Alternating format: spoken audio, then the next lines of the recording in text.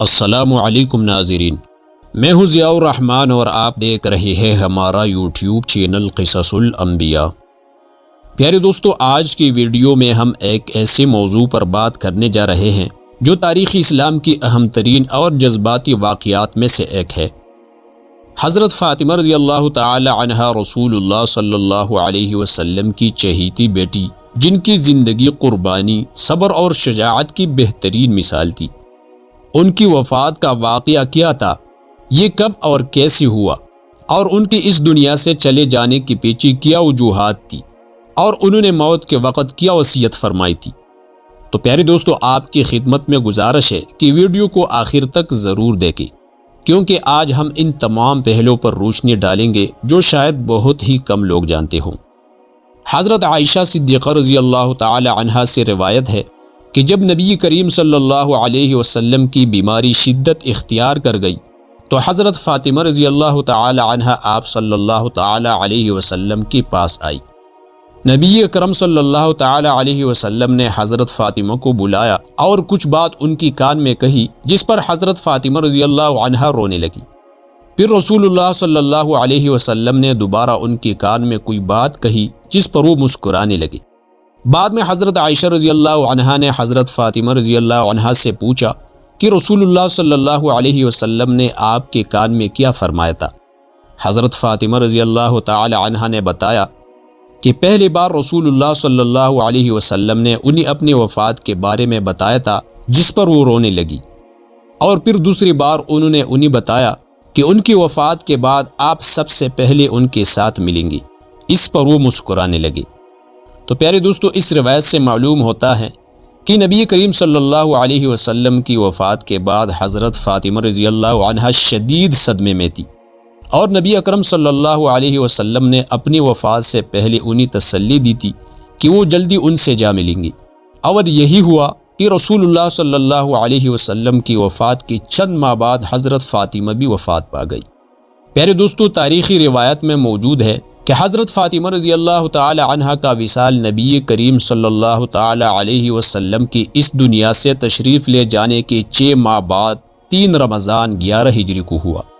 اس وقت حضرت فاطمہ رضی اللہ تعالی عنہا کی عمر صحیح روایت کے مطابق 29 سال یا اس سے کچھ کم تھی۔ حضرت فاطمہ رضی اللہ تعالی عنہا حضور صلی اللہ تعالی علیہ وسلم کے وصال کے بعد اکثر بیمار و غمگین رہا کرتی تھی۔ انتقال کے قریب ان کی طبیعت سخت ناساز ہو گئی۔ حضرت ابوبکر صدیق رضی اللہ عنہ کو معلوم ہوا تو آپ رضی اللہ تعالی عنہ ان کے پاس تشریف لے گئی، خیر خیریت دریافت فرمائی، اور مسئلہ میراث کے سلسلہ میں حضرت فاطمہ رضی اللہ تعالی عنہ کو حضرت ابوبکر رضی اللہ عنہ سے جو ناراضگی تھی، حضرت ابوبکر رضی اللہ عنہ نے اسے دور فرمایا، اور گھر آ کر اپنی اہلیہ حضرت اسماء بنت عمیس رضی اللہ تعالی عنہا سے فرمایا کہ حضرت فاطمہ کی تیمارداری میں ان کے پاس جا کر رہو۔ چنانچہ وہ حضرت فاطمہ رضی اللہ تعالی عنہا کی انتقال فرمانے تک انہی کے پاس رہی۔ انتقال سے پہلے حضرت فاطمہ رضی اللہ تعالی عنہا نے انہیں غسل وغیرہ کی متعلق وصیت فرمائی، پھر ان کی وصیت کے مطابق انہیں غسل دیا گیا۔ غسل دینے والوں میں حضرت علی رضی اللہ عنہ، حضرت اسماء بنت عمیس رضی اللہ عنہا اور حضرت سلمہ ام رافع رضی اللہ عنہا تھی، اور جنازہ حضرت علی رضی اللہ تعالی عنہ نے پڑھائی۔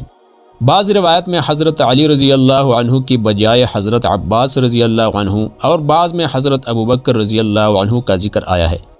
اور قبر میں دفن کے وقت حضرت علی رضی اللہ عنہ اور فضل بن عباس رضی اللہ عنہما داخل ہوئی۔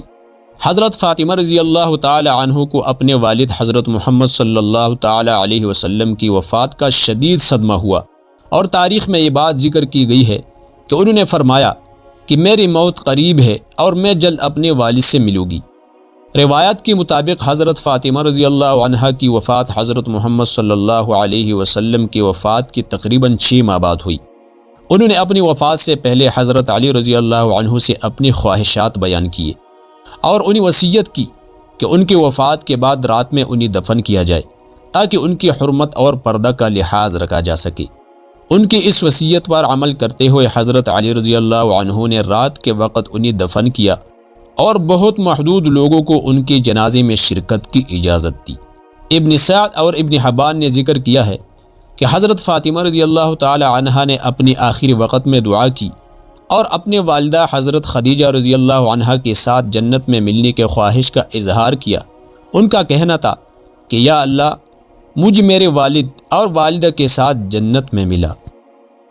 پیارے دوستو، اگر ویڈیو پسند آئی ہے تو ویڈیو کو لائک، شیئر اور کمنٹ میں اپنے رائے کا اظہار ضرور کیجیے گا، اور اس قسم کی مزید ویڈیوز دیکھنے کے لیے ہمارے چینل قصص الانبیاء کو سبسکرائب کریں۔